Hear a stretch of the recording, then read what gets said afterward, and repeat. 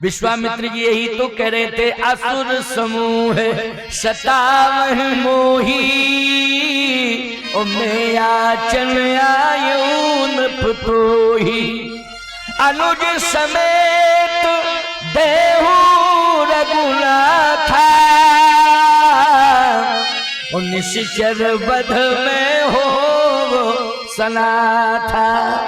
विश्वामित्र जी महाराज कहने लगे, यज्ञ अधूरा है, और हे चक्रवर्ती सम्राट महाराज श्री दशरथ, मुझे पूरा विश्वास है कि मैं आपके राज्य में आया हूं, और आपके राज्य में आया हूं तो मैं निश्चित रूप से सफल हो जाऊंगा यज्ञ करने में।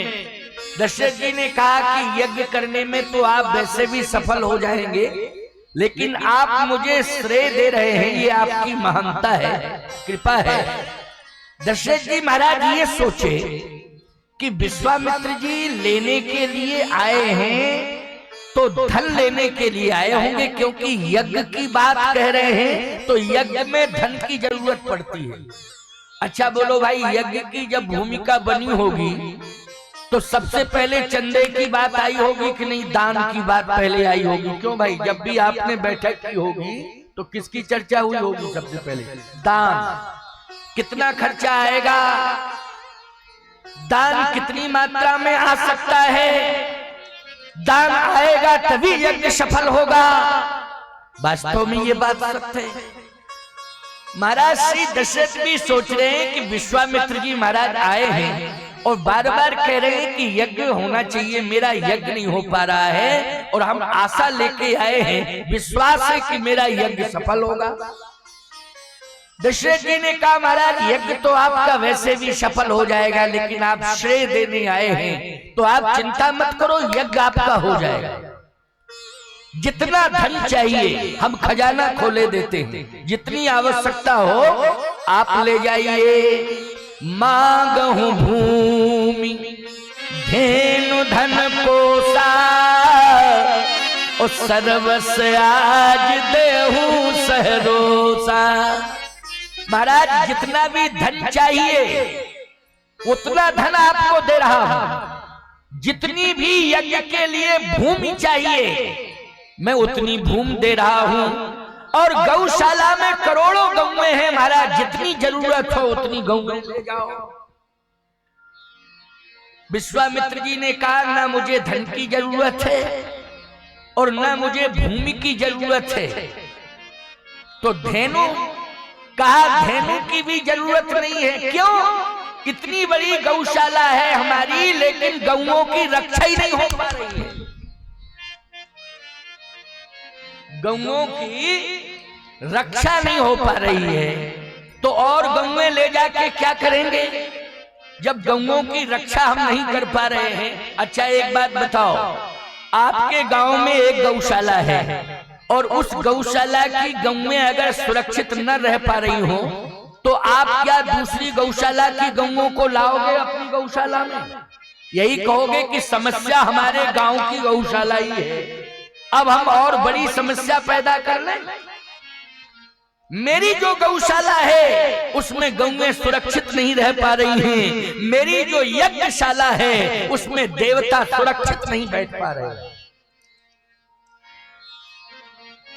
महाराज दशरथ ने कहा, तो मैं चलूं, देखता हूं कौन व्यवधान कर रहा है। विश्वामित्र जी ने कहा, हे दशरथ, जिस भाषा का तुम प्रयोग कर रहे हो उसमें शक्ति का संकेत मिल रहा है। किसका? शक्ति का संकेत, और ये शक्ति प्रदर्शन है। बोलो भाई, है कि नहीं? एक बात आपको और बताएं, यज्ञ कभी शक्ति प्रदर्शन से सफल नहीं होता है। यज्ञ जो है क्या शक्ति प्रदर्शन से सफल हो जाएगा? ईमानदारी से बताओ। शक्ति प्रदर्शन से तुम सत्ता ले सकते हो, शक्ति प्रदर्शन से तुम प्रभुता प्राप्त कर सकते हो, लेकिन प्रभु को प्राप्त नहीं कर सकते हो। शक्ति से प्रभु नहीं मिलता है, शक्ति से नहीं मिलता है प्रभु। किससे मिलता है? प्रभु भक्ति से मिलता है। क्यों भाई? किससे मिलता है? भक्ति से मिलता है।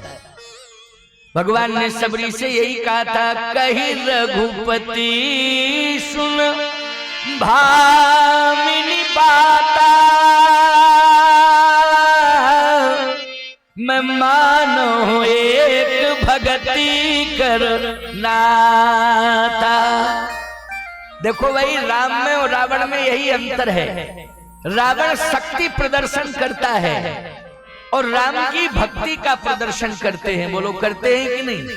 जहां जहां भी भगवान पहुंचे हैं वहां भगवान भक्ति का संदेश दिए हैं। किसका संदेश दिए हैं? भक्ति का संदेश दिए हैं, भक्ति का उपदेश दिए हैं। इसलिए आज विश्वामित्र जी कहने लगे, चक्रवर्ती सम्राट, ये शक्ति प्रदर्शन से यज्ञ सफल नहीं होगा।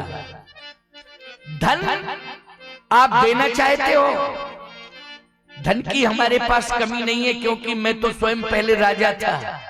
धन की क्या कमी है? जब पहले मैं राजा था, धन छोड़ करके आया हूं, तो मेरा कोई भी कार्य होगा तो निश्चित रूप से मेरे राज्य का जो उत्तराधिकारी होगा वो धन की व्यवस्था करेगा। बोलो, करेगा कि नहीं करेगा? विचारवान श्रोताओं, जरा विचार करना। आप इस मंडरों ग्राम एवं समुआडी, क्या बोलते हैं, समुआडी, ये देवरी थाना पड़ता है ना, देवरी थाना क्षेत्र पड़ता है, बहुत बड़ा क्षेत्र है ये। देवरी थाना काफी बड़ा मानते हैं ना। पहले हजारीबाग था, अब गिरिडीह हो गया, अब हो गया गिरिडीह। पहले क्या था? हजारीबाग था, लेकिन अब जो है राज्य जब से बना, मुझे लगता तभी से ये गिरिडीह होगा ना। पहले हो गया था, अच्छा बिहार के समय में हो गया। हाँ, तो बहुत बड़ा क्षेत्र है ये।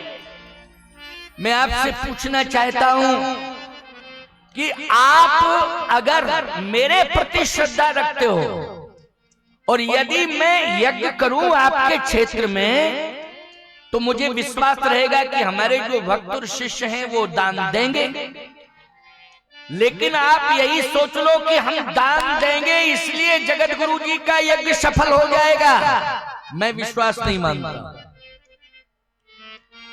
क्योंकि केवल धन देने से ही यज्ञ सफल नहीं होता है। एक बात और सुन लो, आप कहोगे महाराज फिर यज्ञ कैसे सफल होगा?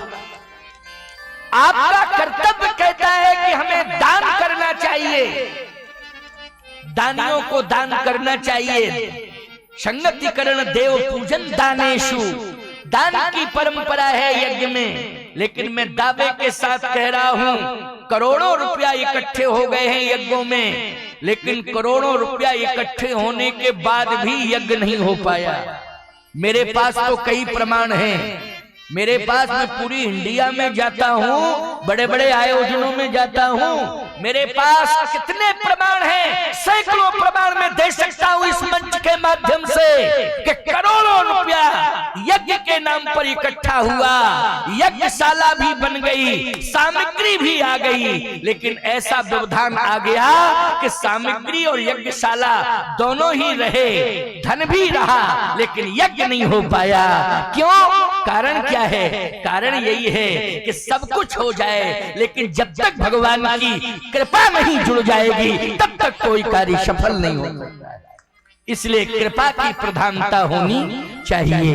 कृपा तो विश्वामित्र जी ने कहा, न तो तुम्हारे धन की जरूरत है दशरथ, न तुम्हारे बल की जरूरत है, मुझे तो भगवान राम की जरूरत है, इसलिए मुझे राम दे दो, राम से ही मेरा यज्ञ सफल होगा। राम का अर्थ है कृपा। बोलो, क्या अर्थ है? कृपा। इसलिए मुझे तो राम चाहिए। दशरथ जी कहते, मांगहु भूम धेनु धन कोशा, और सर्वस्व आज देहु सही रोषा, और देह प्राण ते प्रिय कछु नाही, और सो मुनि देव निमखीक माही, सो मुनि देव निमखीक माही। मैं प्राण भी दे सकता हूँ। महाराज दशरथ ने कहा, महाराज प्राण ले लो। विश्वामित्र जी ने कहा, ना मुझे प्राण चाहिए, ना धन चाहिए, मुझे तो राम चाहिए। दशरथ जी महाराज एक बात कह गए, आप सुनना और समझना जरा। क्या? सब सुत मोह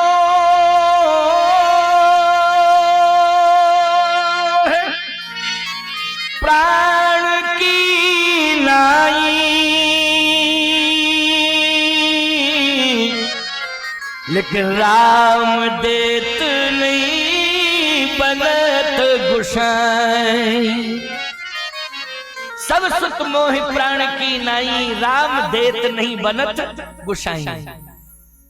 मुझे सभी सुत प्रिय हैं, लेकिन मैं राम को नहीं दे सकता।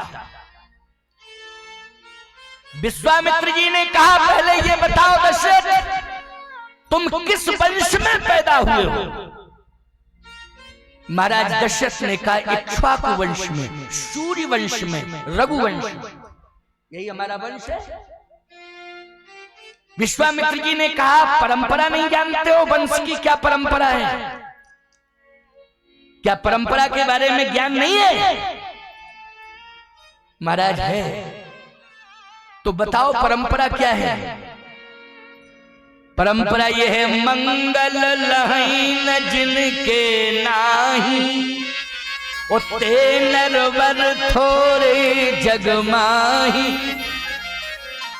इस वंश की ये परंपरा है कि मांगने वाले कभी मना सुन के नहीं गए। मांगने वाले कभी मना सुन के नहीं गए। रघुवंश की चौखट पर, देहरी पर, चौखट पर कोई आ गया मांगने वाला तो मना नहीं किया गया। लेकिन आज मैं मांगने के लिए आया हूं, मुझे मना किया जा रहा है। इसका मतलब है कि तुम इस कुल की परंपरा को चैलेंज दे रहे हो, तोड़ रहे हो, चैलेंज दे रहे हो, तोड़ रहे हो। महाराज श्री दशरथ कांपने लगे, कांपने लगे। सुन राजा, सुन राजा, अतिया प्रिय बानी, हृदय कंप मुख दुति कुम्हलाई। चेहरा कुमला गया, कांपने लगे और मूर्छित होकर गिरने लगे। सुमंत जी ने संभाल लिया, संभाल लिया सुमंत जी ने।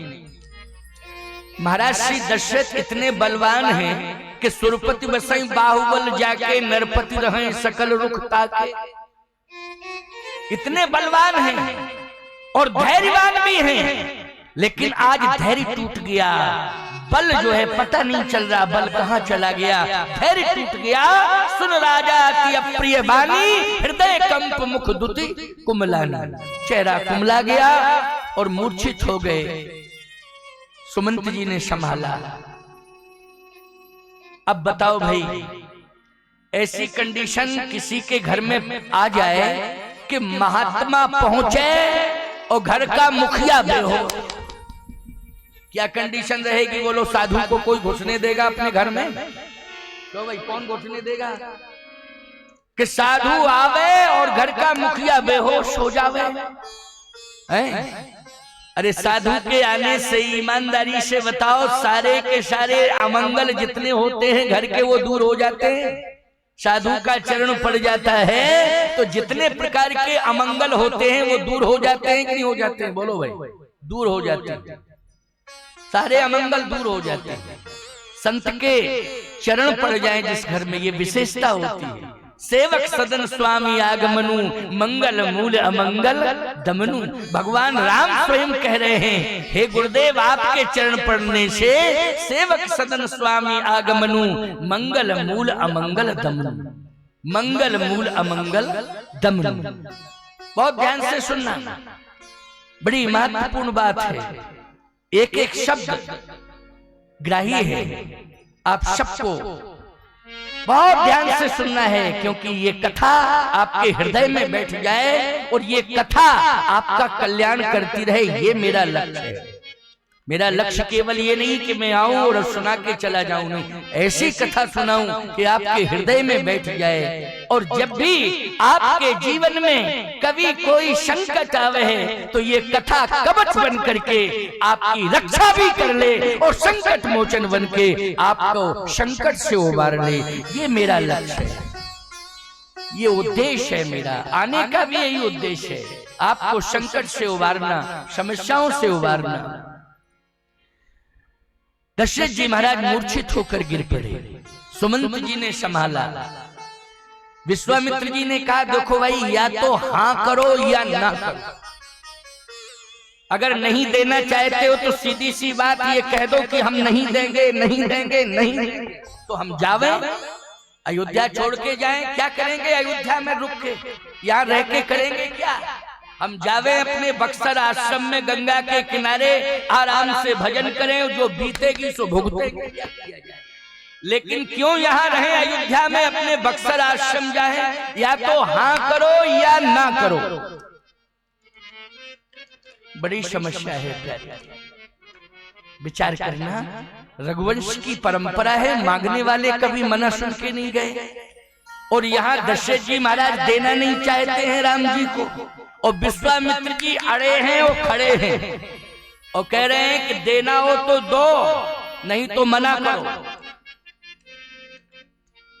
सावधानी से सुनना, रघुवंश वो वंश है प्यारे जिस वंश में गौ भक्ति है, जिस वंश में विप्र भक्ति है, जिस वंश में गुरु भक्ति है। बोलो है कि नहीं?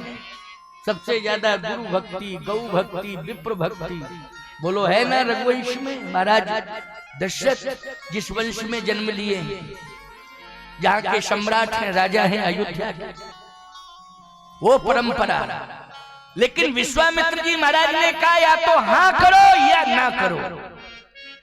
दशरथ जी महाराज ने विचार किया। क्या विचार किया? कि महात्मा को मना कर नहीं सकते हैं, परंपरा ही नहीं है। लेकिन ऐसी बात कह दी जाए कि महात्मा बिनई कहे और बिनई मांगे चला जाए, ऐसी बात कह दी जाए। अच्छा, ऐसी कौन सी बात कही महाराज दशरथ ने? और क्या सोचा कि बिना कहे ही और बिना मांगे चले जाएंगे विश्वामित्र जी महाराज? ऐसी कौन सी बात है, अब सुनते जाना, बड़ा सुंदर भाव है यहाँ। महाराज दशरथ ने कहा मैं देना तो चाहता हूं, सब कुछ दे दूं, लेकिन जो वस्तु मेरी है उसे मैं दे सकता हूं, और जो वस्तु मेरी नहीं है मैं उसे कैसे दे सकता हूं? बाबा बताओ। विश्वामित्र जी ने कहा एक बात बताओ, मैं राम को मांग रहा हूं, राम तुम्हारे नहीं है क्या? दशरथ जी बोले यही तो मैं कह रहा हूं कि राम जी मेरे नहीं है, मेरा अधिकार नहीं है, मेरे पास है लेकिन मेरा अधिकार नहीं है राम पर। अच्छा, तुम्हारे पास है तो राम पर तुम्हारा अधिकार नहीं है, किसका अधिकार है? महाराज श्री दशरथ ने कहा महाराज सुनते जाओ, आप किसका अधिकार है? आप पहले कान खोल करके सुन लो मेरी बात को कि राम पर किसका अधिकार है। मेरे पास तो राम धरोहर के रूप में है, लेकिन राम पर किसका अधिकार है? आप सुनिए कान खोल करके, अब तुम लोग भी सुन लेना, राम पर किसका अधिकार है। अच्छा, एक बात बताओ, विश्वामित्र जी महाराज राम को मांग रहे हैं, दशरथ जी महाराज को राम जी पुरुषार्थ से मिले हैं क्या? जल्दी बोलो। नहीं, पुरुषार्थ से नहीं मिले। पुरुषार्थ से मिले क्या? नहीं मिले, क्योंकि चौथेपन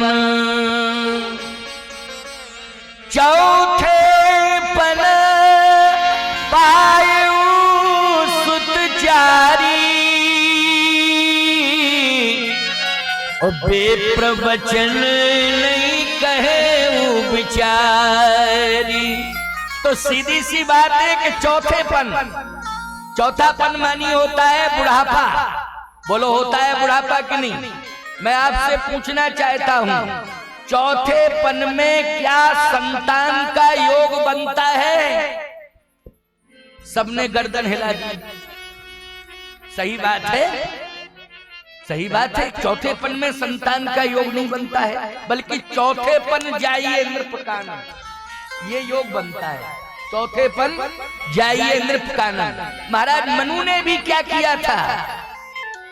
महाराज मनु ने स्पष्ट कहा था, होय न विषय विराग, भवन बसत भा चौथपन, हृदय बहुत दुख लाग, जन्म गयो हरि भगत।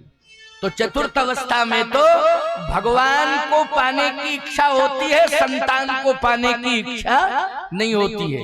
भगवान को पाने की इच्छा होती, बोलो होती कि नहीं होती? जैसे मान लीजिए कोई 80 साल का बूढ़ा लाठी लेके आए, गर्दन यूं हिल रही हो, और मेरे सामने आ जाए, हाथ जोड़ के खड़ा हो जाए, गर्दन यूं हिल रही हो, तो हम कहें क्या बात है बाबा, बहुत बूढ़े हो गए हो, गर्दन का संतुलन बिगड़ गया है, बात क्या है? कुछ चाहते हो? हाँ चाहता हूं। क्या? तो हम क्या सोचेंगे कि यही चाहता है कि मुझे भगवान मिले। क्यों भाई, यही डिमांड करेगा 80 साल का बूढ़ा कि हमें भगवान मिले, हम तो यही सोचेंगे। तो हम कहें मांग मांग मांग, क्या चाहिए? उम्र कितनी है? उम्र तो 84 साल क्रॉस कर रहा है। अच्छा, तब तो बहुत उम्र हो गई है। गर्दन, बोले गर्दन हिल रही है, हाथ हिल रहे हैं। अरे तो मांग मांग मांग, क्या चाहिए? कहे 84 साल का हो गया हूँ, लेकिन अभी तक संतान नहीं है, आशीर्वाद दो, हमारे संतान हो गए। ईमानदारी के साथ बताओ, उसी समय हम मंच छोड़ के सीधे चित्रकूट चले जाएंगे कि नहीं चले जाएंगे? बोलो बोलो, चले जाएंगे? चित्रकूट ही सीधे जाएंगे, रुकवे नहीं करेंगे। बताओ, 84 साल की उम्र पर संतान कोई मांगे, बोलो ये शर्म की बात है कि नहीं? हम तो यही अंदाज लगाएंगे कि दिमाग खराब है, दिमागी संतुलन बिगड़ गया है, इसलिए ये बात कह रहा है। महाराज श्री दशरथ स्वयं अपना बयान दे रहे हैं कि चौथेपन पाए सुतचारी, चौथेपन पाए सुतचारी। 60,000 वर्ष की अवस्था में भगवान राम मिले दशरथ जी को। लक्ष्मण, भरत, शत्रुघ्न 60,000 वर्ष की आयु में, वाल्मीकि रामायण के अनुसार बोल रहा हूं, 60,000 वर्ष की आयु। आप कहोगे महाराज जी फिर समाधान कैसे मिलेगा? तो मैं समाधान दे रहा हूं। महाराज श्री दशरथ यही तो कह रहे हैं, हे विश्वामित्र जी महाराज, 60,000 वर्ष की अवस्था में मुझे राम मिले हैं, तो आपको एहसास करना चाहिए कि ये राम मुझे पुरुषार्थ से नहीं मिले हैं, ये तो संतों की कृपा से मिले हैं। इसलिए संतों का पहला अधिकार है। पहला अधिकार किसका है? संतों का है। ये संतों ने हमें सौंप दिया है कि लो संभालो राम को, इसलिए मैं राम को संभाल रहा हूँ। लेकिन सौंपा किसने है? बोले संतों ने सौंपा है, इसलिए संतों के राम हैं, क्योंकि पुरुषार्थ से मुझे राम नहीं मिले हैं, मुझे तो कृपा से मिले हैं। और ईमानदारी से बताओ, ये पुत्र नहीं है, पुत्र बने हैं। परमात्मा पुत्र बना है, वो दशरथ का पुत्र नहीं है, लेकिन पुत्र बना है। क्या बना है? पुत्र बना है। बोलो भाई, बना है पुत्र कि नहीं? अब आप कल्पना करो कि जब महाराज श्री दशरथ के पुत्र बन गए श्री राम जी, परमात्मा राम, किसके कारण? बोले भक्ति के कारण, संतों की आशीर्वाद के कारण और यज्ञ के कारण। यज्ञ के कारण भगति सहित मुनि आहुति दीने, प्रगटे अग्नि चरु कर लीने। इसलिए यज्ञ की कृपा से, संतों की कृपा से आज स्वयं परमात्मा पुत्र बन के आ गया है। तो महाराज, मैं तो राम को धरोहर के रूप में मानता हूं, लेकिन राम जी पर पहला अधिकार वशिष्ठ जी महाराज का है, गुरुदेव का है। अगर वो कह दे तो हम दे दें। मैं एक बात कहता हूं, अकेले वशिष्ठ जी ने ही यज्ञ कराया था। यज्ञ की संपन्नता यज्ञाचार्य के ऊपर डिपेंड है। बोलो भाई, यज्ञ को कौन संपन्न कराता है? जल्दी बोलो। यज्ञ का आचार्य। जैसे आपके यहाँ यज्ञ हो रहा है, यज्ञ के आचार्य बैठे हैं द्विवेदी जी, ये यज्ञ के आचार्य हैं, यज्ञ को ये संपन्न करा रहे हैं। अयोध्या में जो पुत्रष्टि यज्ञ हुआ है, क्या उस यज्ञ को श्री वशिष्ठ जी महाराज के आचार्यत्व में सफल किया गया है? नहीं नहीं, श्रृंगी ऋषि के आचार्यत्व में सफल हुआ है। वशिष्ठ जी ने तो बुलाया था ना यज्ञाचार्य के रूप में। उनको यज्ञ वेदी पर स्थापित किया है आचार्य के रूप में। किसने? वशिष्ठ जी महाराज ने। किसको? श्रृंगी ऋषि को। बोले श्रृंगी ऋषि, श्रृंगी ऋषि वशिष्ठ बुलावा, और पुत्र काम शुभ जग करावा। भगत सहित मुनियाहुति दीने, और प्रगटे अग्नि चरु कर लीने। जो वशिष्ठ कछु हृदय विचारा, सकल काज भासिद्ध तुम्हारा। यह हबि बाट देहो नृप जाई, और जथा जोग जहि भाग बनाई। इसमें भूमिका किसकी है? साधु संतों की है। और यज्ञ का आचार्य कौन बना है? बोले श्रृंगी ऋषि जैसा महापुरुष बना है। श्रृंगी ऋषि जैसे महात्मा को यज्ञ का आचार्य बनाया गया। लेकिन वशिष्ठ जी महाराज का नाम लिया दशरथ जी ने, श्रृंगी ऋषि का नाम नहीं लिया। वामदेव जी के मुख्य आतिथ्य में यज्ञ हुआ, पुत्रेष्टि यज्ञ, श्री वामदेव जी महाराज के मुख्य आतिथ्य में। लेकिन वामदेव जी का भी नाम नहीं लिया, श्रृंगी ऋषि का भी नाम नहीं लिया। बोलो भाई, किसका नाम लिया दशरथ जी ने? वशिष्ठ जी का नाम। क्यों लिया? वशिष्ठ जी महाराज का नाम इसलिए लिया कि विश्वामित्र जी महाराज वशिष्ठ जी का नाम लेंगे तो तुरंत ही बिना मांगे चले जाएंगे। क्यों? बोले वशिष्ठ जी के 100 पुत्र क्रोधाग्नि में भस्म किए थे विश्वामित्र जी महाराज ने।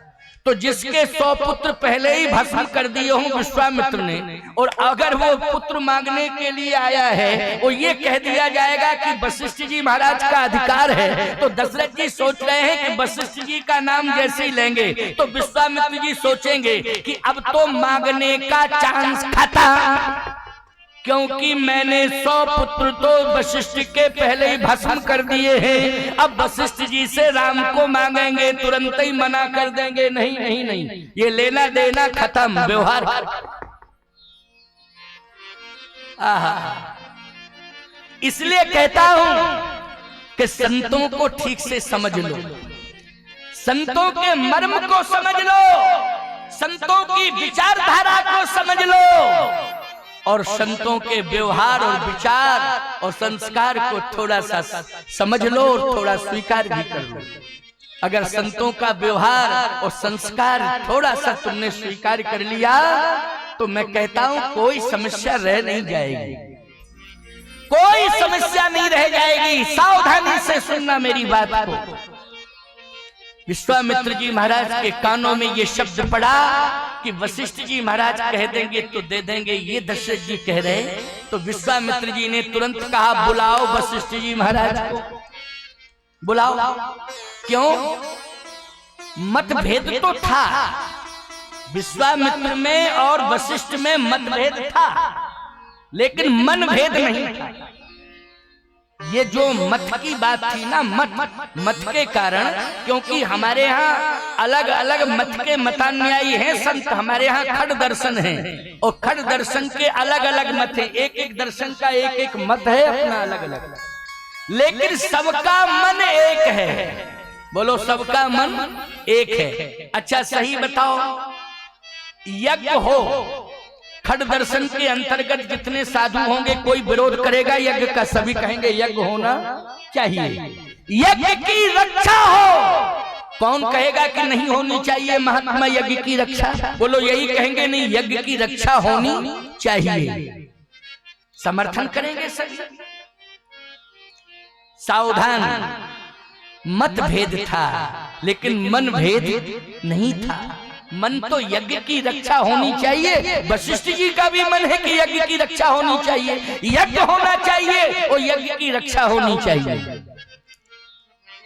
मैं आपके यज्ञ में आया, केवल मेरा ही मन नहीं है कि यज्ञ की रक्षा होनी चाहिए, यज्ञ पूर्ण होना चाहिए।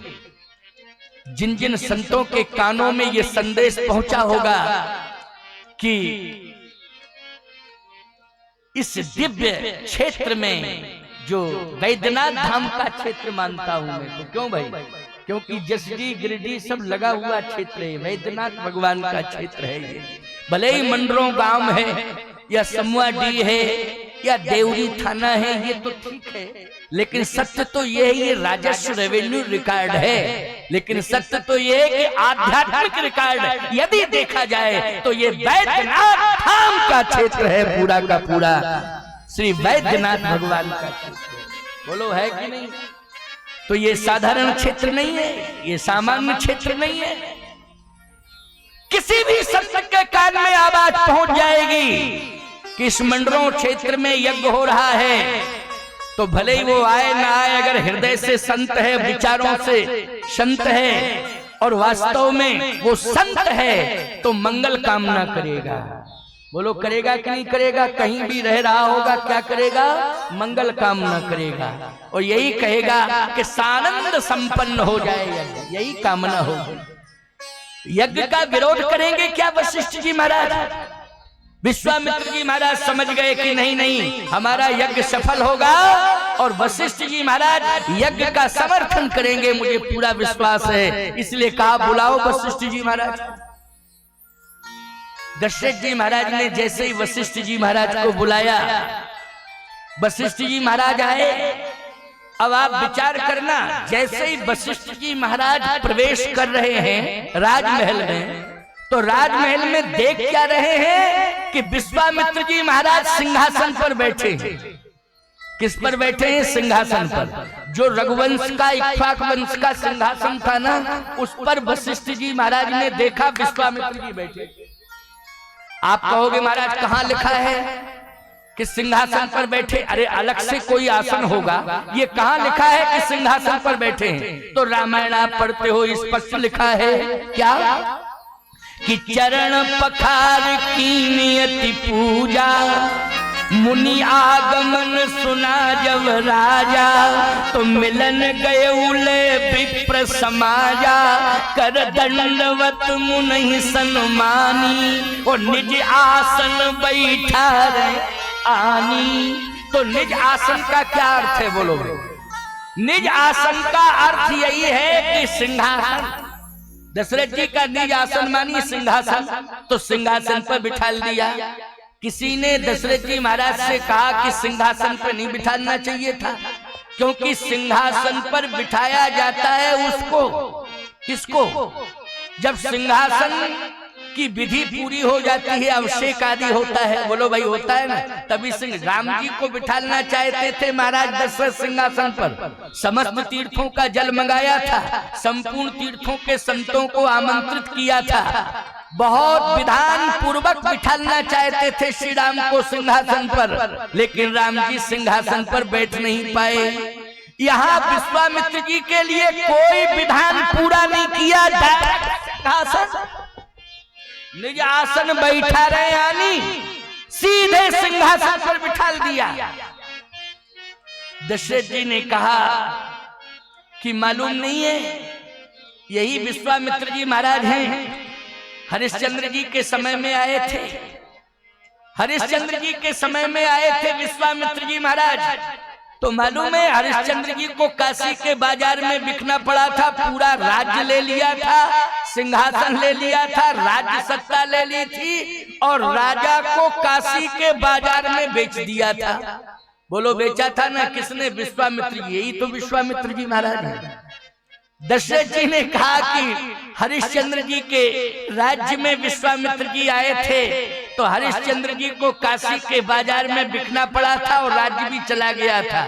अब रामचंद्र जी आए, तो रामचंद्र जी के समय विश्वामित्र जी आए हैं, चलो विश्वामित्र जी महाराज आए हैं, लेकिन दशरथ जी ने सोचा कि मुझे काशी के बाजार में न बिकना पड़े, इसलिए पहले ही सिंहासन सौंप दो कि बैठो महाराज, आप ही का सिंहासन है, आप ही की अयोध्या है, आप ही का राज्य है, हम तो आपके सेवक हैं। और चरण पखार कीन यति पूजा, मौसम आज धन्य नहीं दूजा। चरण पखार रहे हैं, आरती कर रहे हैं, स्तुति गायन कर रहे हैं, सम्मान दे रहे हैं।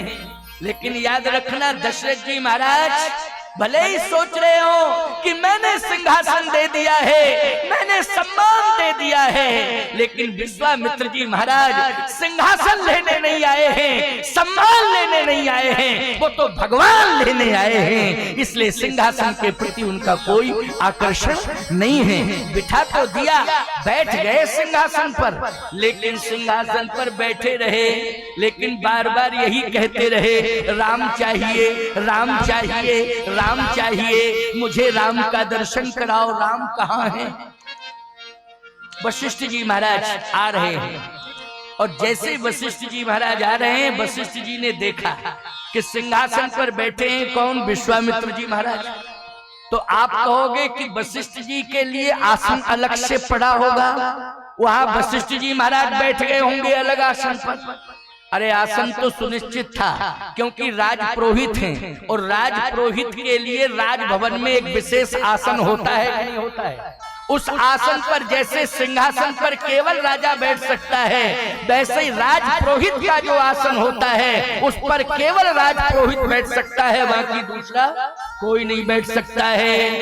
तो विश्वामित्र जी महाराज सिंहासन पर बैठ गए, वशिष्ठ जी का आसन अलग से था, पड़ा हुआ था, वो तो सुनिश्चित था। वशिष्ठ जी महाराज अपनी आसन की ओर नहीं गए, जहां दशरथ जी के सिंहासन पे विश्वामित्र जी बैठे थे, वशिष्ठ जी उसी ओर बढ़े। अयोध्या वासी बोले अब टकराव हुआ, अब निश्चित टकराव हुआ, क्योंकि वशिष्ठ जी यही कहेंगे उठो उठो सिंहासन पर, जब तक हम तिलक नहीं कर देते राजा।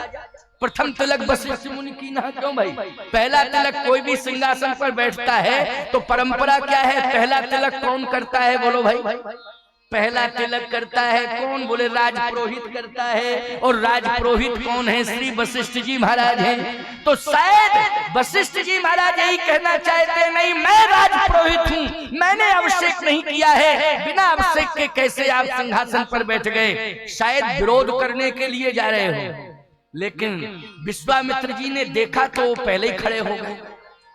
विश्वामित्र जी भी सोचे कि वशिष्ठ जी इधर ही चले आ रहे हैं बढ़े सिंहासन की ओर, तो इसलिए भैया पहले ही से खड़े हो जाओ, तो पहले ही से खड़े हो गए। वो अयोध्या वासी बोले कि थोड़ा थोड़ा समझ में आ रहा है कि महात्मा विश्वामित्र सरेंडर कर रहा है, लेकिन गुरुजी के पावर को देख करके थोड़ा समझ में आ रहा है कि कहीं ना कहीं सरेंडर की भूमिका बन रही है। क्यों भाई, समर्पण की भूमिका बन रही है।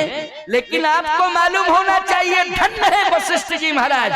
जैसे ही विश्वामित्र जी खड़े हुए, वशिष्ठ जी महाराज ने दोनों भुजाओं को आगे बढ़ाया, और वशिष्ठ जी महाराज ने विश्वामित्र जी को हृदय से लगा लिया। दोनों महात्मा हृदय से हृदय मिलाकर मिलने लगे। दशरथ जी महाराज ने माथा पकड़ लिया, कन्फर्म हो गया अब राम गए।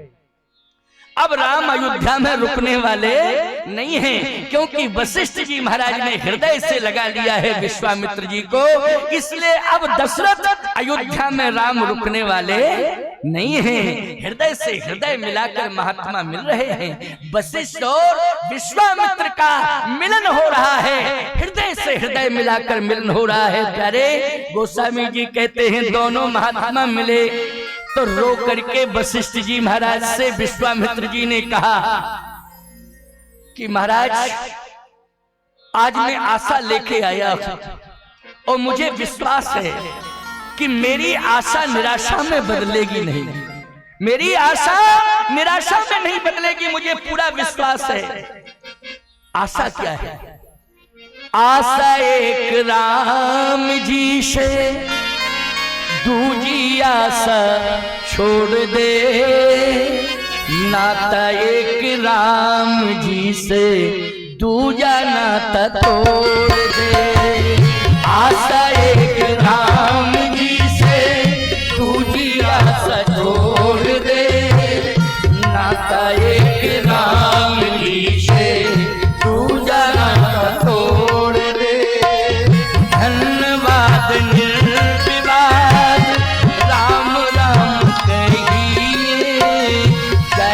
विधि राखे राम ताही विधि रही, सीता राम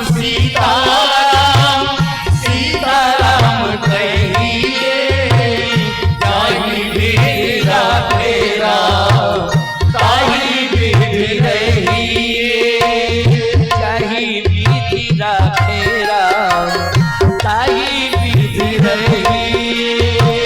सीताराम सीताराम सीताराम कहिए, ताई विधि राखे राम, ताई विधि रही। ताई विधि राखे राम, ताई विधि रही। ताई विधि राखे राम, ताई विधि रही। आशा एक राम, केवल एक मात्र आशा लेके आया हूं कि मुझे राम मिलेंगे, राम। लेकिन राम तो दिखाई नहीं दे रहे, राम है कहां? सावधान, चाहे संत हो और चाहे कोई सामान्य प्राणी हो, एक ही आशा होनी चाहिए कि मुझे राम मिले। क्यों भाई, होनी चाहिए कि नहीं? मुझे कौन मिले?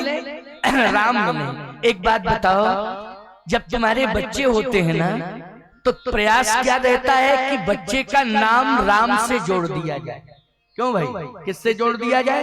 राम से जोड़ दिया जाए। चाहे ऊपर राम लग जाए और चाहे नीचे राम लग जाए। बोलो भाई, लेकिन राम ऊपर लगे चाहे नीचे लगे, राम लग जाए। क्यों? हो सकता है कि बच्चे को कई बार बुलाएंगे ना, तो राम राम राम शब्द होगा, तो राम राम कई बार राम राम मुख से निकलेगा, और राम राम कई बार मुख से निकलेगा तो निश्चित है कि विश्वास है कि जब राम को कई बार पुकारा जाएगा तो राम एक दिन मिल जाएगा, मिल जाएगा, ये विश्वास रहता है। लेकिन आजकल तो पता नहीं किस तरह के नाम लिखे जाते हैं और रखे जाते हैं, बड़े विचित्र नाम, जिन नामों का कोई अर्थ ही नहीं होता है। कैसे नाम?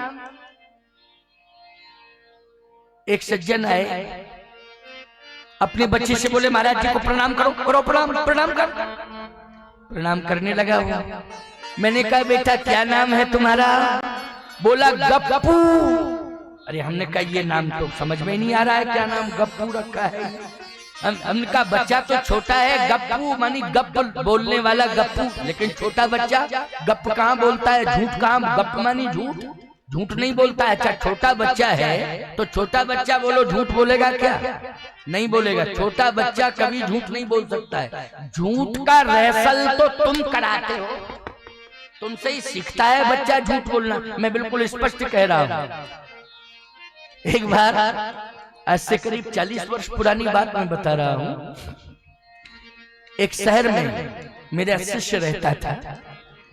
संयोग से मैं स्टेशन के पास था तो गाड़ी लेट हो गई, तो मैंने कहा चलो भाई स्टेशन के पास में ही तो है, 40-42 साल पुरानी बात बता रहा हूँ। स्टेशन के पास घर है, गाड़ी बहुत लेट है, चलो शिष्य के यहाँ चलें। पहुंचे भाई, थोड़ा आवाज लगाई।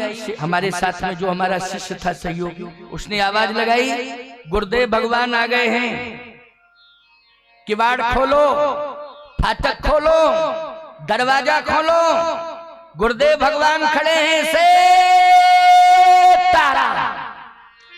अब सुन लिया, क्या बहरा था लेकिन सुन तो लिया, देख रहा था फीचर फिल्म बैठा बैठा। उसने कहा ओहो फीचर फिल्म चल रही हो गुरुजी, इसी समय आ गए। अब ये फिल्म छूट जाएगी गुरु के चक्कर में। अब गुरु को मना कैसे किया जाए, गुरु को मना कैसे किया जाए? तो छोटा सा बच्चा था, उससे कहा जाओ कह दो कि पापा घर में नहीं है, और साथ में मम्मी भी चली गई। अच्छा मम्मी पापा दोनों नहीं है? इतना ज्ञान नहीं कि छोटे से बच्चे को छोड़ करके चली गई मम्मी? बड़ी मूर्ख थी मम्मी। क्यों भाई, जब बच्चा छोटा सा है तो पापा भले ही चला जाता, लेकिन छोटे बच्चे को मम्मी छोड़ करके चली जाए। लेकिन विनाश काले विपरीत बुद्धि, जब बुद्धि फीचर फिल्म देख रहा है तो फ्यूचर तो खराब हो रहा है कि नहीं हो रहा है? बोलो भाई, जब फीचर फिल्म देख रहा है तो फ्यूचर खराब है। अब दिमाग खराब उसका। उसने बच्चे से कह दिया कि मम्मी पापा है नहीं, जाओ कह दो। अब छोटा सा बच्चा आया, उसने तुरंत जो है फाटक को खोल दिया, और जैसे फाटक खोला, किवाड़ खोले, हमको देखता है और कहता है बाबा जी पापा कह रहे हैं जाओ कह दो पापा मम्मी है नहीं।